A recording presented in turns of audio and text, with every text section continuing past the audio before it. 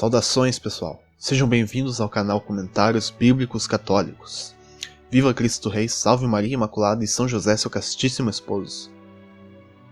No vídeo de hoje continuaremos a comentar sobre a restituição da semelhança divina por meio do batismo e das virtudes que precisamos desenvolver para assim vivermos, dando destaque à pureza e à castidade.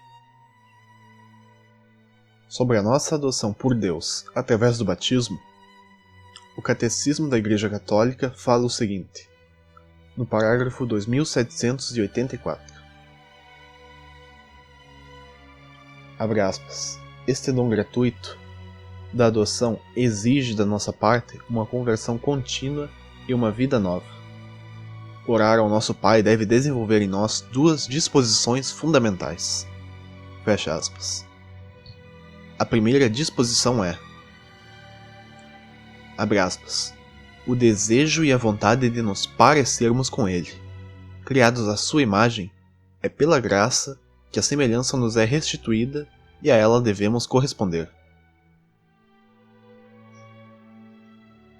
Devemos lembrar-nos de que, quando chamamos a Deus Pai Nosso, temos de nos comportar como filhos de Deus.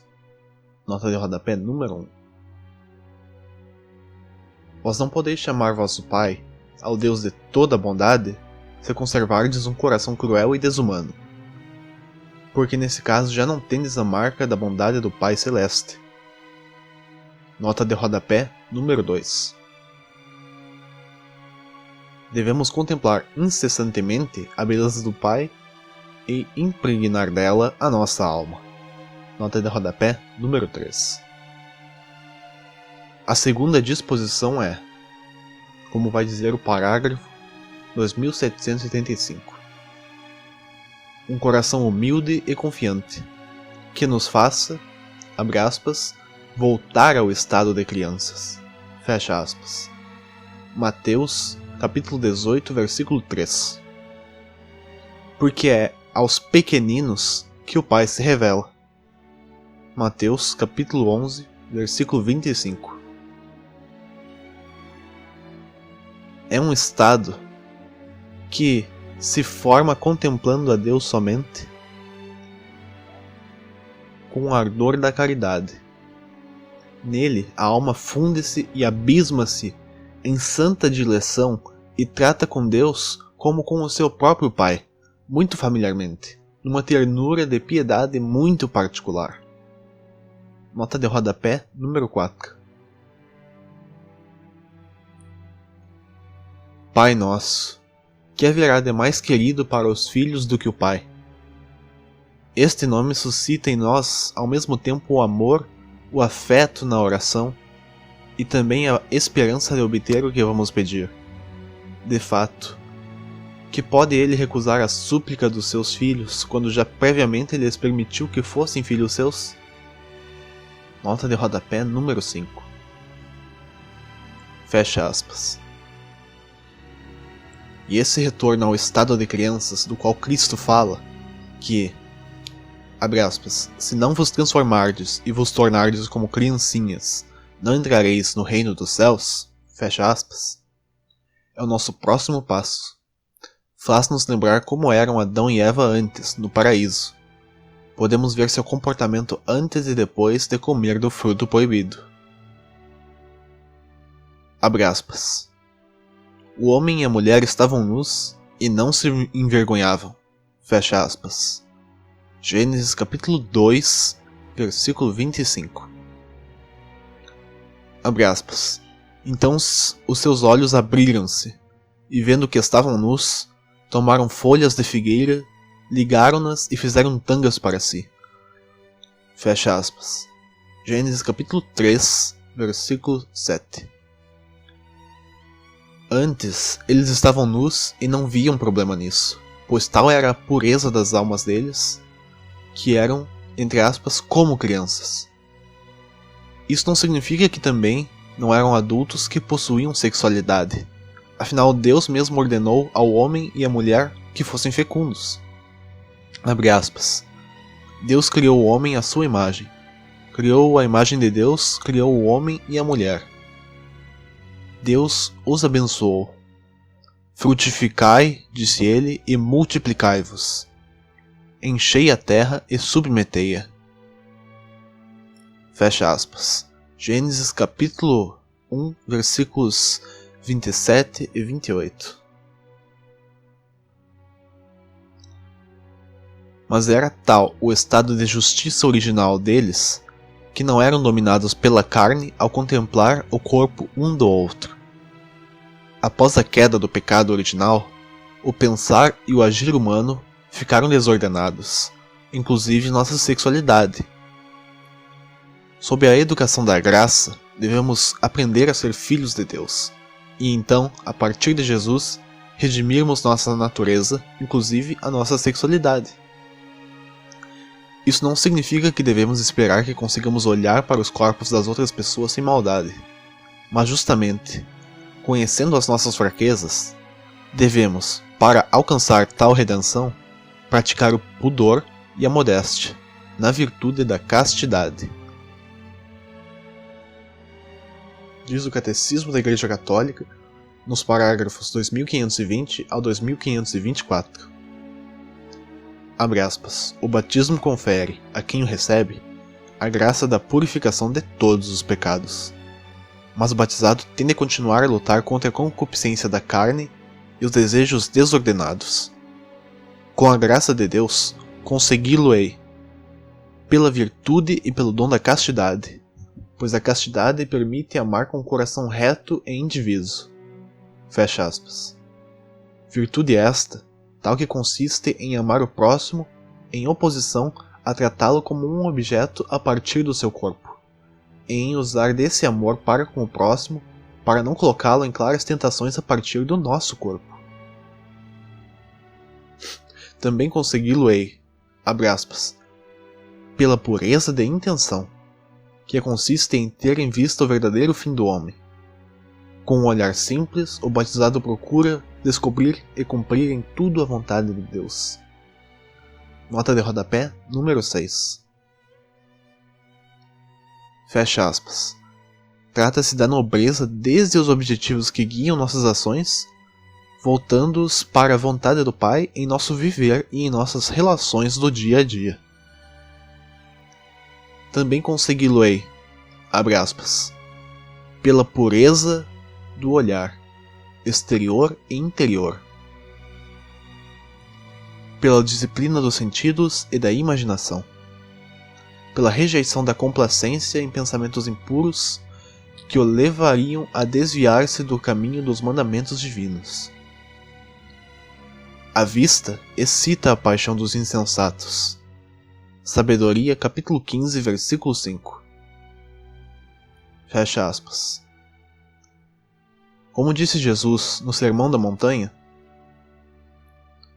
abre aspas, ouviste o que foi dito aos antigos, não cometerás adultério.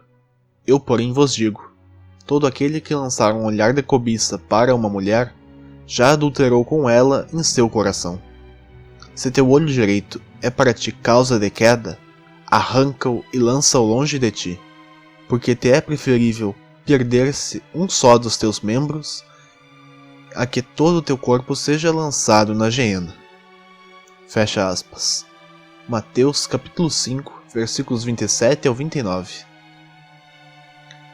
Temos de ser puros desde o olhar da alma, no qual conseguimos nos deixar seduzir e imaginar coisas impróprias, algo desordenado em nossa natureza, mas que com certa disciplina podemos chegar a manter certa ordem, recuperar certa ordem.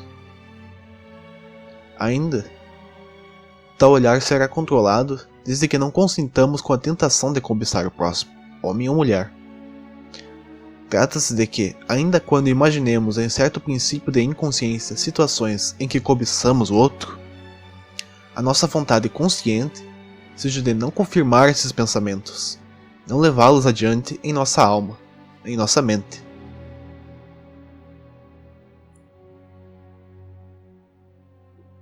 E claro, puros nos olhos do corpo, os quais direcionamos para as realidades à nossa frente, e com os quais devemos ter cuidado, para não aproximar de ocasiões de pecado,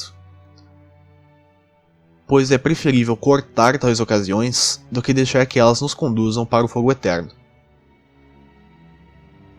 E também consegui-lo-ei, abre aspas, pela oração, fecha aspas. Por isso, tanto vai dizer Santo Agostinho, falando com Deus, através de sua obra Confissões, o seguinte, abre aspas, eu pensava que a continência dependia das minhas próprias forças, forças que em mim não conhecia, e era suficientemente louco para não saber, que ninguém pode ser continente, se tu não lhe o concederes. E de certo, tu o terias concedido, se com gemido interior eu chamasse aos teus ouvidos e se com fé sólida lançasse em ti o meu cuidado. Fecha aspas, nota de rodapé, número 11. Viver a castidade e a pureza é uma tarefa extremamente árdua, quando não buscamos nossa força em Deus e não nos deixamos ouvir por sua voz que ressoa nos nossos corações. E uma vez que viver essas virtudes trata-se de viver o amor, vai nos dizer o Catecismo no parágrafo 2572. Abre aspas. A oração restaura o homem na semelhança com Deus, e falo participante no poder do amor de Deus, que salva a multidão. Nota de rodapé número 8. Fecha aspas. Sendo assim, na vida da oração, aqueles que se mantêm na graça após o batismo terão um amparo para pôr em prática esse amor e desenvolver os bons pensamentos e ações à semelhança do Pai. Retornando aos parágrafos anteriores, os parágrafos 2521 e 2522, o Catecismo dirá, abre aspas, a pureza exige o pudor. O pudor é parte integrante da temperança. O pudor preserva a intimidade da pessoa, designa a recusa de mostrar o que deve ficar oculto, ordena-se a castidade e comprova-lhe a delicadeza, orienta os olhares e as atitudes em conformidade com a dignidade das pessoas e com a união que existe entre elas.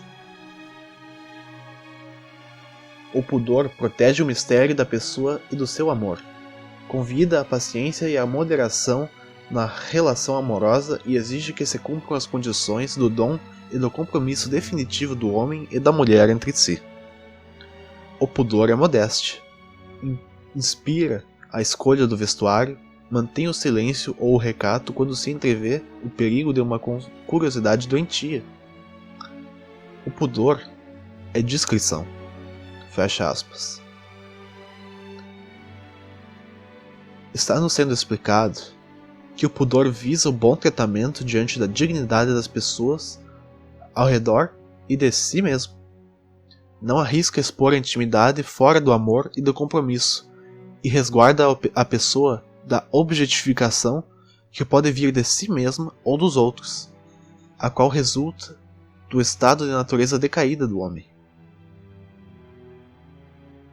Tal discrição no vestir e no agir, como dito, é parte integrante da temperança, ou seja, da moderação. Ter tais atitudes e aparências ordenadas e adequadas, sempre condizendo com a dignidade da pessoa, para que ela não seja exposta ao léu.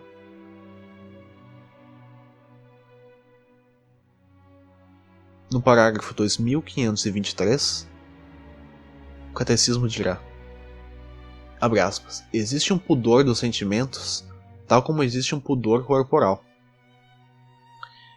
Ele protesta, por exemplo, contra as explorações exibicionistas do corpo humano em certa publicidade, ou contra a solicitação de certos meios de comunicação em ir longe demais na revelação de confidências íntimas.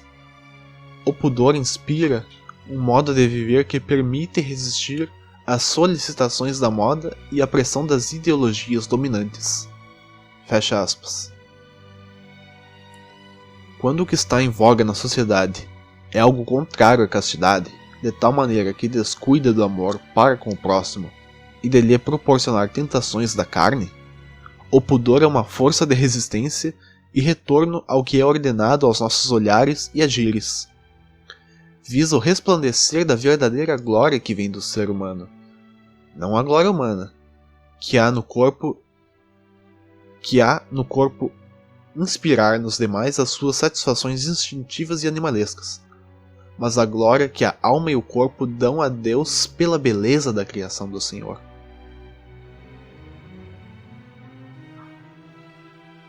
Quando não voltamos nossos olhares apenas para o corpo da pessoa, conseguimos olhar para suas virtudes, e é isso que a modéstia revela em nós, as nossas qualidades voltadas para o bem e para a verdade.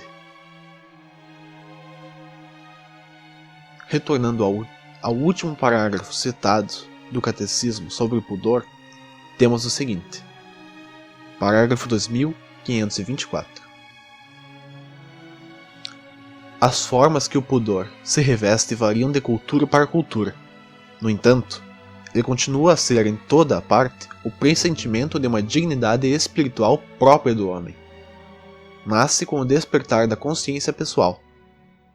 Ensinar o pudor às crianças e adolescentes é despertá-los para o respeito pela pessoa humana. Fecha aspas. Em cada sociedade, o pudor se mostrará de uma forma, mas manterá sua essência de conferir ao ser humano um olhar para si e para o outro, e um agir para consigo e para com o outro, a partir da preservação de suas intimidades e do reconhecimento da pessoa humana como digna de ser amada e de se fazer crescer sua capacidade de amar aquilo que é belo e bom, ao invés daquilo que é desordenado e que evoca o lado mais irracional do ser humano.